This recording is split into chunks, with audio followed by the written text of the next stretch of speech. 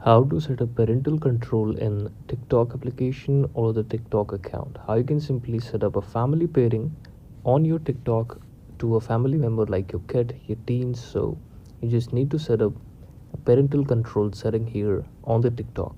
Firstly, I'm going to show you the official steps regarding it, how you can set up family pairing on the TikTok.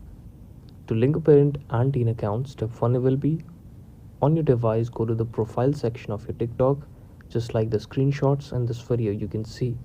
Click on the horizontal lines located in the top right hand corner, this one, and then you simply have to click on setting and privacy on the last option on the home page of your profile.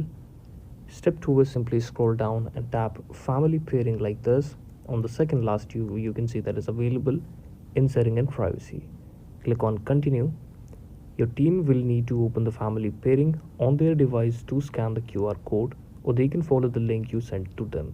They can review what you will be able to do and then should select link account and confirm the choices before seeing the setting you can manage. Now access family pairing on your device and select your child to start customizing the setting.